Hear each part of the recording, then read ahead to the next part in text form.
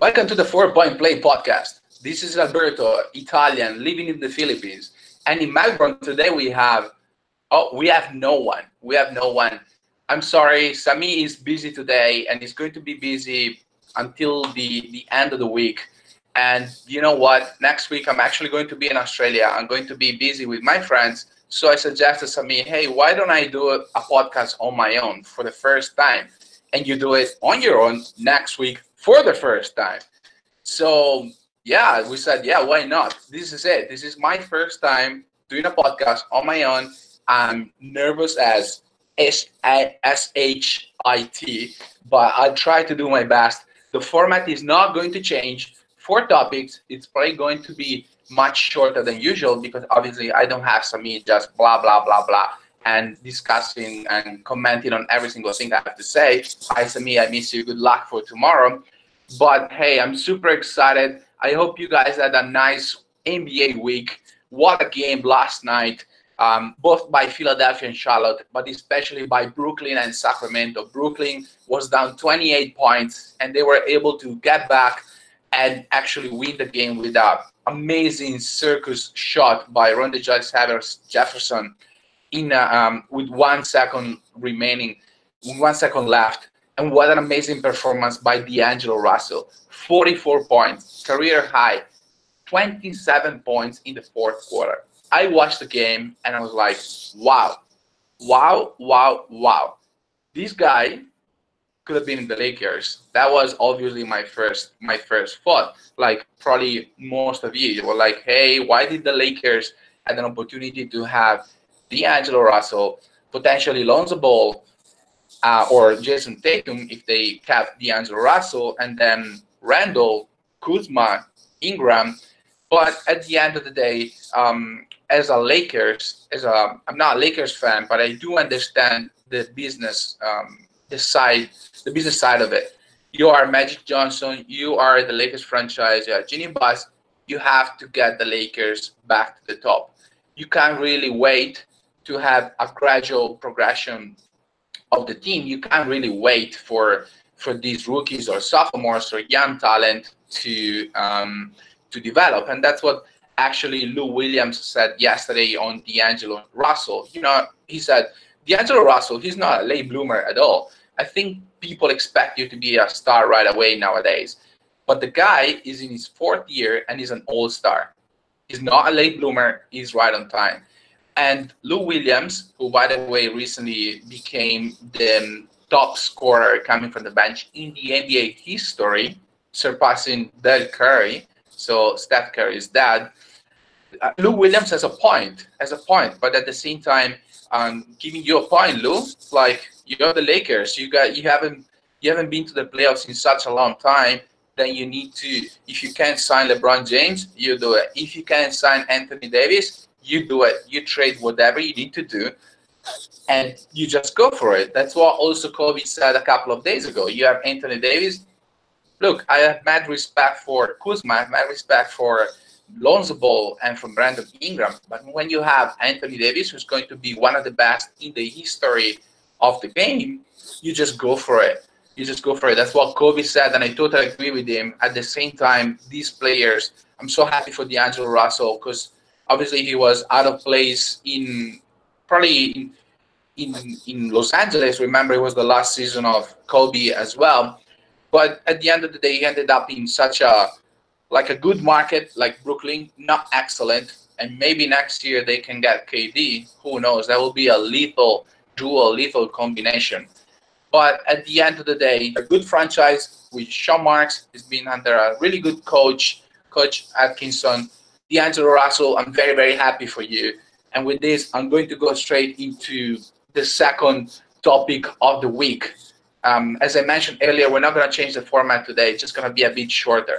So the second topic of the week starts with this. $6,970 and 50 cents. So $6,970.50.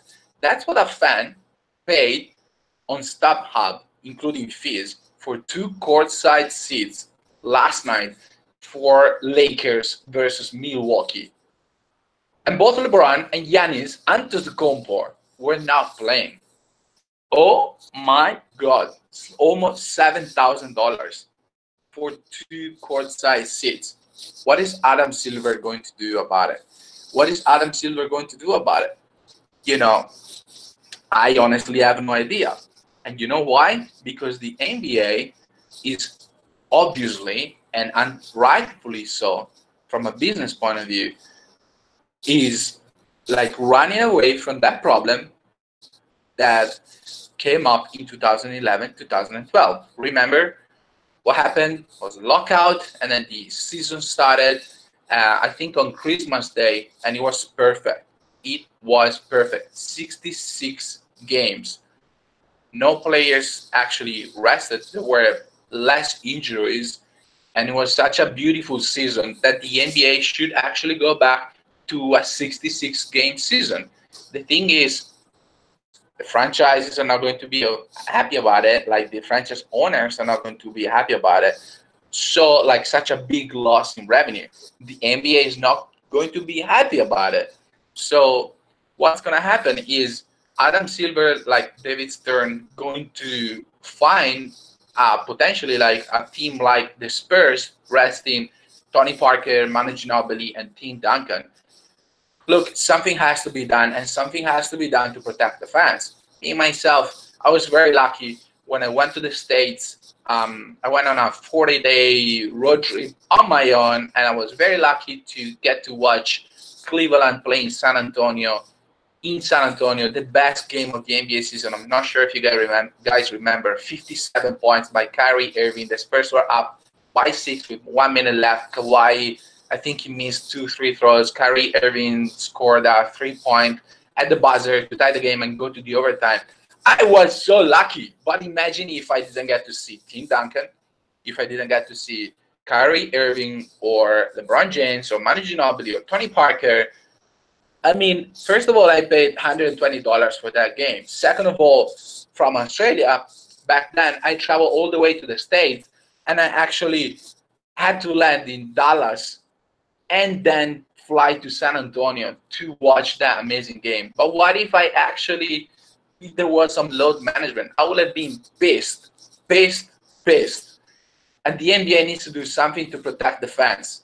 That needs to be done as soon as possible. Adam Silver, that's your responsibility, dude. Cool, cool, cool. So I'm talking about the Spurs. Hey, let's go with the third topic. The San Antonio Spurs are quietly on a 9-game winning streak after a win against the Warriors. Are we good? Like nine game winning streak, having Forbes as the third player in total minutes, Patty Mills as the fourth player, and Marco Bellinelli as the fifth player. Are we kidding, guys? Like, Popovich is actually coaching a team who has a decent shot of getting to the second round of playoffs with these 3 players being part pretty much of the Spurs ideal lineup, or the lineup that plays the most minute. And the Spurs are currently sitting at 41-29, only 1 game away from the Thunder and only 1.5 games away from the 4th seed. The Spurs are having another amazing season. And do you know what this world looked like when the Spurs last had a losing record? That was 1996, 1997. You know who was the Rookie of the Year? Allen Iverson. You know who was the President of the United States? Bill Clinton. You know that Tiger actually won his first Masters that year? Mm-hmm. You know that Space Jam entered the cinemas? Mm-hmm. I'm really, really sorry. I'm really, really sorry.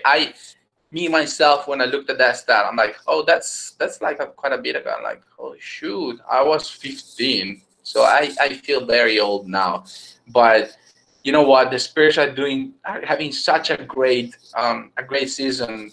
Again, you don't have to you don't have to overreact or underreact, especially overreact when it comes down to the Spurs. Because a couple of weeks ago, or 3 weeks ago, before they actually went on this 9-game winning streak, they were struggling. And DeMar was struggling. So the Spurs are going to be a good playoff team. They're going to play in the playoffs again. And The question is, who are the Spurs going to play in the first round? Because right now they will be playing the Houston Rockets, and good luck actually Mike D'Antoni, coaching against Popovich again. But I have a feeling that the Thunder might actually move down to the 6th or the 7th seed. And wow, potentially they might move down to the 8th seed for an amazing first round against the Warriors. But this year, man, I look forward to the playoffs in the Western Conference and in the Eastern Conference. This is gonna be amazing. Like less than I think 25 days to the playoffs. I'm so excited. I can't even speak English as usual. So the fourth topic is actually a bit of a sad one. So as you know, the Bucks player, previous rookie of the year, Malcolm Brogdon, is expected to miss 6 to 8 weeks with a tear in his right foot. That's very sad. First of all, congratulations to Brogdon because he's going to make the 50-40-90 circle.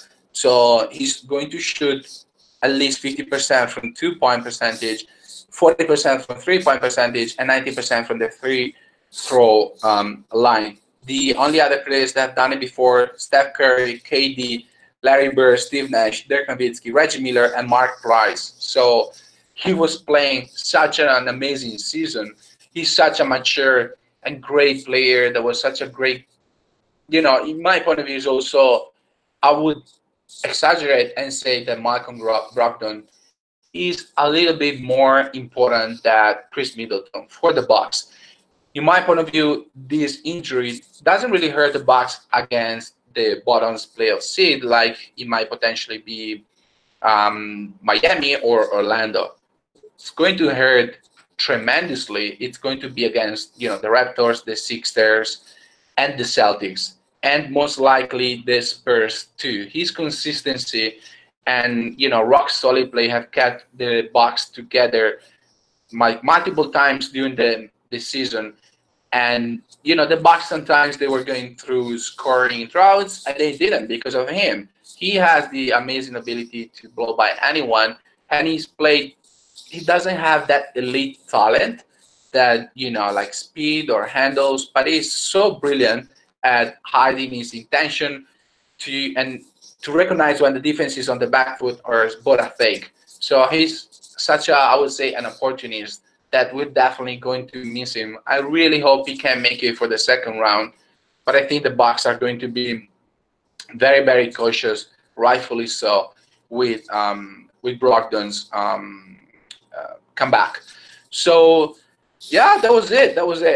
I actually enjoyed my first podcast on my own. Again, much shorter version. I hope you guys enjoyed it. This is our 21st episode. Very proud of what Sami and I have done. Again, good luck to Sami tomorrow. He's got a big job interview. I cross my fingers, dude, for you. And I look forward to being in the same country as you next week. But next week, the podcast is yours. And I look forward to hearing your first podcast ever. For our followers, thanks a lot, especially for, to the ones that listen to us on a daily basis, on a weekly basis. Not on a daily basis, you guys will be bored to death. But on a weekly basis, thank you so much. Again, you can find us on Twitter as well. The handle is _4-point-play. I post a lot of stuff every single day, lots of interesting facts and analytics and stats that will keep you entertained during the day.